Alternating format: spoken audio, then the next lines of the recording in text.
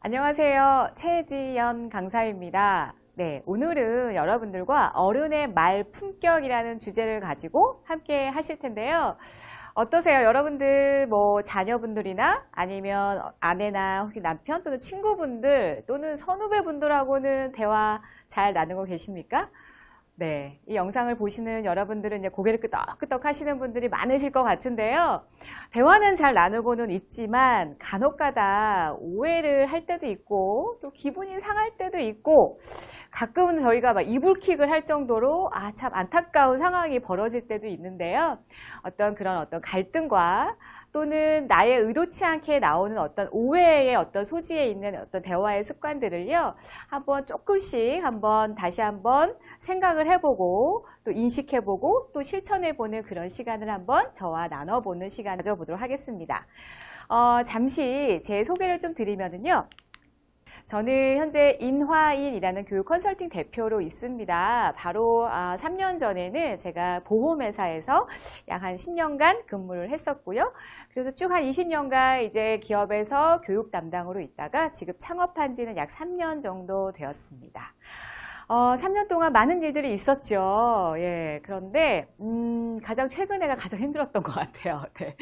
3월부터 터져버린 이 코로나로 인하여서 심적으로 또 금전적으로 여러 가지 좀 많이 힘들었습니다. 어떠세요? 여러분들은 좀 평안하셨습니까?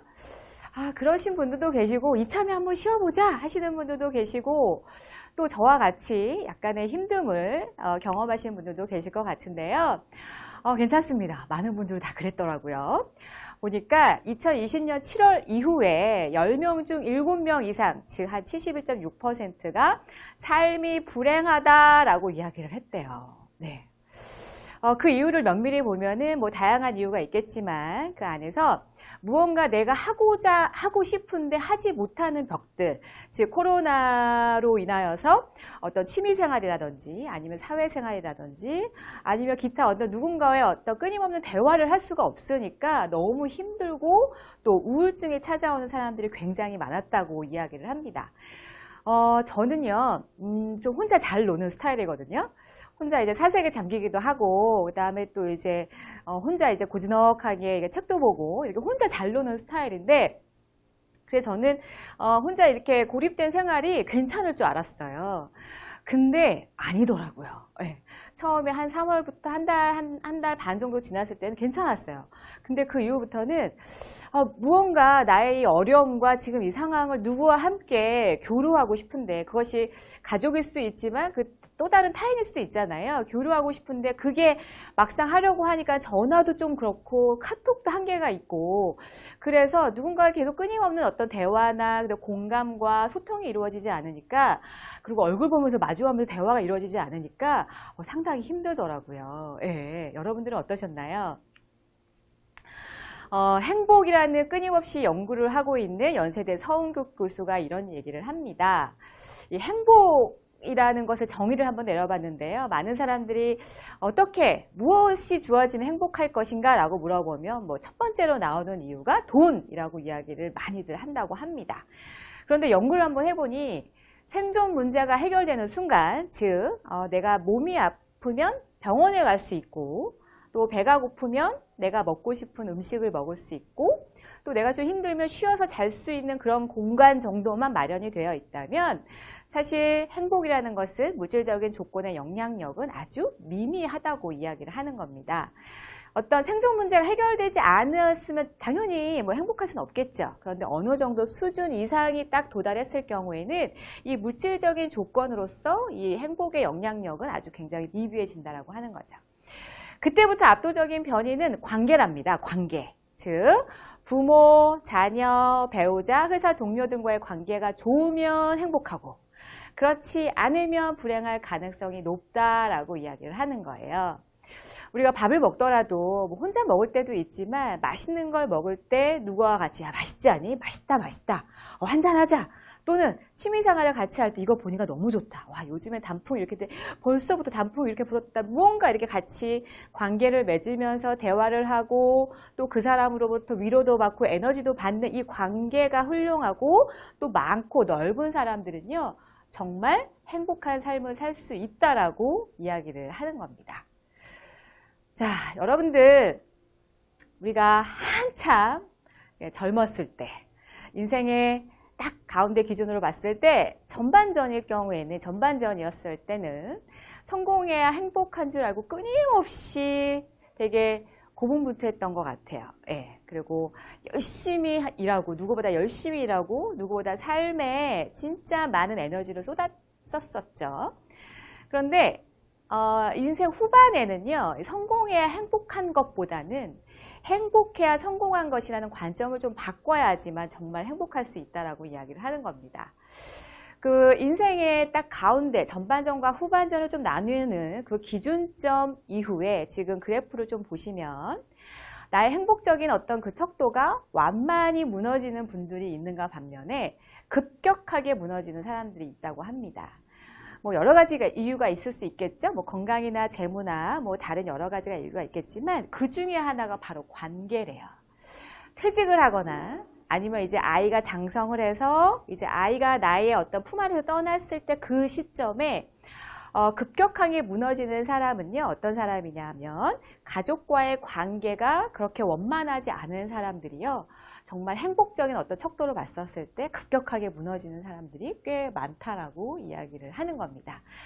다시 한번 말씀드리면 이제 관계가요, 우리가 이제 노후를 삶에 있어서 또 앞으로 살아갈 날에 있어서 굉장히 중요한 요소라는 거 말씀을 좀 드리고 싶습니다. 그렇다면 우리가 이제 관계가 이만큼 중요하다면 잘 유지하면 참 좋잖아요. 그런데 환경적인 부분이 그렇게 따라주지 않는 경우도 있는 것 같아요. 여러분 혹시 코로나 이혼 들어보셨습니까? 네.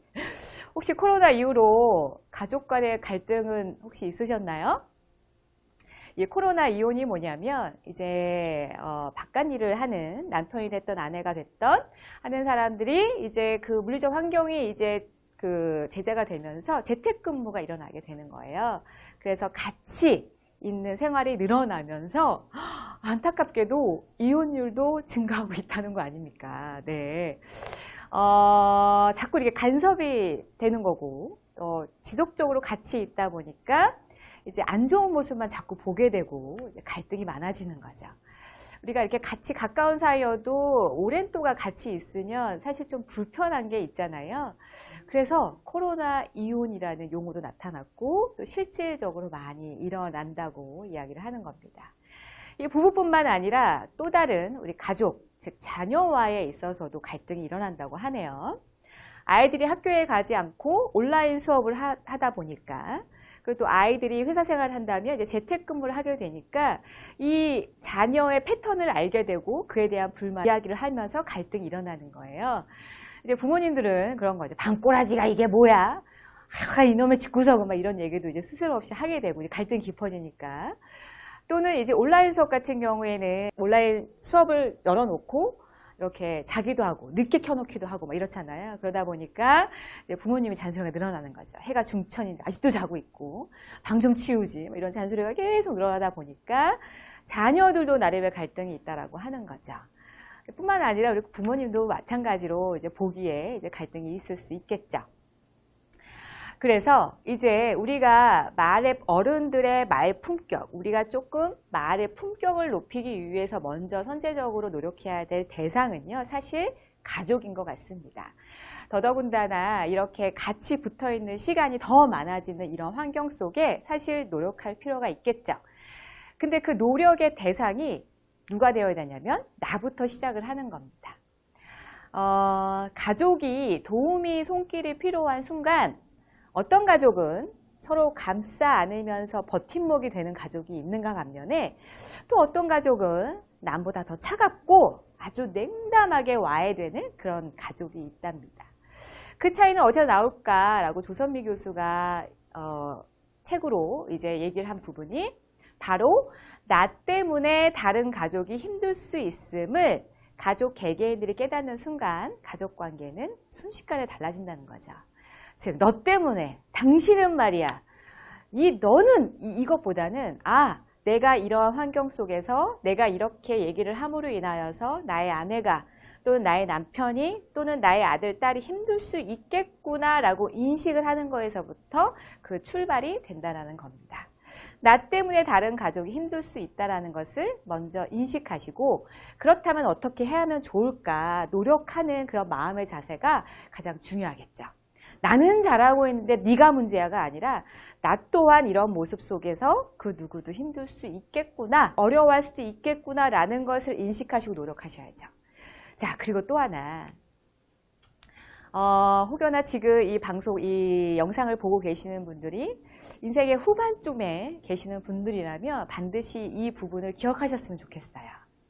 많은 사람들이 노인이 되면은 성격이 온화해진다라고 오해하기 쉽답니다.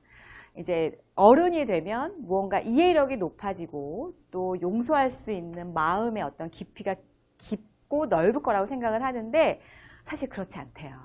왜냐하면 이 뇌세포도 노화가 된답니다.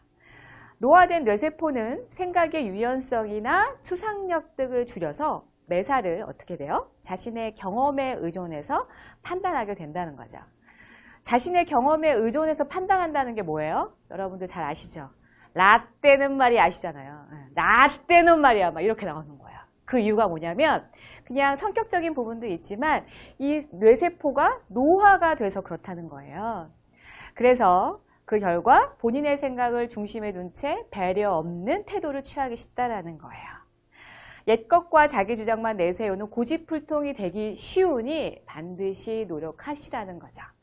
자, 우리 인식합시다. 생각을 합시다. 아, 내가 이제 어느 한 나이 그 이후 후반전을 살고 있다면 내가 진짜 그 누군가에게 존경받고 싶은 어른이고 선배가 되고 싶다면 아, 나는 언젠가 계속적으로 고집불통이 될 수 있는 모습이 나올 수 있겠구나. 아, 그러지 말아야지. 아, 내 것만 주장하지 말아야지. 내 고집대로 얘기하지 말아야지. 라는 것을 반드시 기억하셔야 돼요. 이것을 기억하지 못하면 어떻게 돼요? 예, 여러분 잘 알고 계시죠? 꼰대라는 얘기를 되게 많이 들으실 겁니다. 예. 자, 그러면 어떻게 해야 되느냐? 소통 능력을 키울 필요가 있는 것 같아요. 예. 뭔가 이렇게 누군가 자꾸만 설득하려 하고 그리고 누군가에게 내 주장을 펼치려고 하고 그렇다면 사실 관계는 그렇게 넓어지기가 좀 어렵죠. 여러분들 혹시 옳은 개소리라고 혹시 들어보셨나요? 예. 너가 하는 말은 맞는데 별로 내가 그렇게 하고 싶지 않아. 예. 하는 말은 맞지만 난 그렇게 안 할 거야. 이런 표현들, 예. 이런 마음이 생기게 만드는 사람이 있었던 것 같기도 하고 여러분 혹시 경험하셨나요? 예. 그렇다면 그 사람은 사실 별로 안 만나고 싶고 만나더라도 짧게 만나서 바로 그냥 집에 돌아가고 싶은 그런 사람이 될 수밖에 없겠죠. 어른이라면 그리고 내가 인생의 선배라면 좀 더 마음의 여유를 갖고 상대방을 배려하고 그 다음에 공감해주고 위로해주고 또 기쁜 일이 있으면 같이 기뻐해주는 그런 공감력을 키우는 소통 능력이 굉장히 중요할 것 같습니다. 그 소통 능력이라는 것이 뭐냐? 바로 느낌이 있는 소통이었으면 좋겠어요. 누군가 만났을 때 그냥 허공에 떠도는 어떤 그런 표현만 하고 헤어지는 것이 아니라 누군가에게 에너지를 주고 또 상대방의 에너지를 받고 오는 그런 어떤 느낌이 있는 그런 소통. 이것이 무엇이냐? 여러분들도 아마 경험해 보셨을 거예요.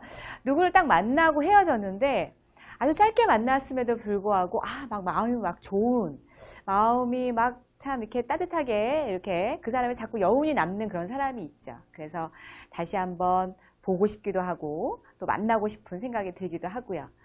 또 반면에 그렇지 않은 사람이 있는 것 같아요. 기분이 별로 상한 어떤 그런 느낌을 주는 사람도 있는 것 같습니다. 자, 그래서 그러면 어떻게 해야 할 것인가? 나의 어떤 그런 대인관계를 넓히고 또 좋은 대인관계를 유지하기 위해서는 어떻게 하면 좋을 것인가? 바로 소통 능력을 키우시는 겁니다. 이 소통 능력은 무엇이냐? 바로 내 주장을 펼치는 것보다 그리고 자꾸만 누군가를 설득하려고 하는 것보다 그리고 말을 할 때 너무 합리적이고 막 단칼에 어떻게 탁 무쪼개듯이 하는 것보다는 배려해주고 또 상대방의 어려움과 기쁜 그 마음을 공감해주는 그런 소통 능력이 굉장히 필요할 것 같습니다. 느낌 있는 소통 능력이 될 수 있겠죠. 그 느낌이란 무엇이냐? 대화를 나누고 나서 헤어졌었을 때 좋은 느낌을 서로 주고받을 수 있는 그런 소통을 말씀을 드리는 겁니다. 그것은 바로 공감 능력이 될 수 있겠죠. 이전에 생각했던 것과는 다른 어른이 요구되는 사회입니다. 과거에는 어른이라면 좀 주변에서 많이 배려해주고 또 대접을 좀 해줬다면 지금은 그런 시대가 아니라는 거죠. 대접받으려고 하고 배려받으려고 하는 어른은요, 그냥 소위 말해 갑질이라고 이야기를 하는 거예요. 요즘에 사회적으로 보면 이슈가 많죠?